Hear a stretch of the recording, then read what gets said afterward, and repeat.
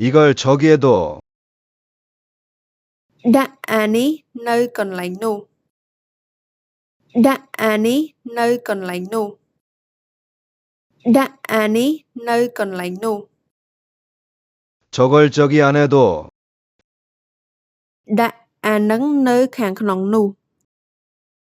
ដាក់អានឹងនៅខាងក្នុងនោះ ដាក់អានឹងនៅខាងក្នុងនោះ 이것을 헬스장 안에 둬. ដាក់អានេះនៅក្នុងក្លឹបហាត់ប្រាណ ដាក់អានេះនៅក្នុងក្លឹបហាត់ប្រាណ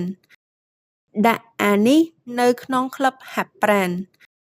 저것을 냉장고 안에 둬. ដាក់អានឹងនៅក្នុងទូទឹកកក ដាក់អានឹងនៅក្នុងទូទឹកកក ដាក់អានឹងនៅក្នុងទូទឹកកក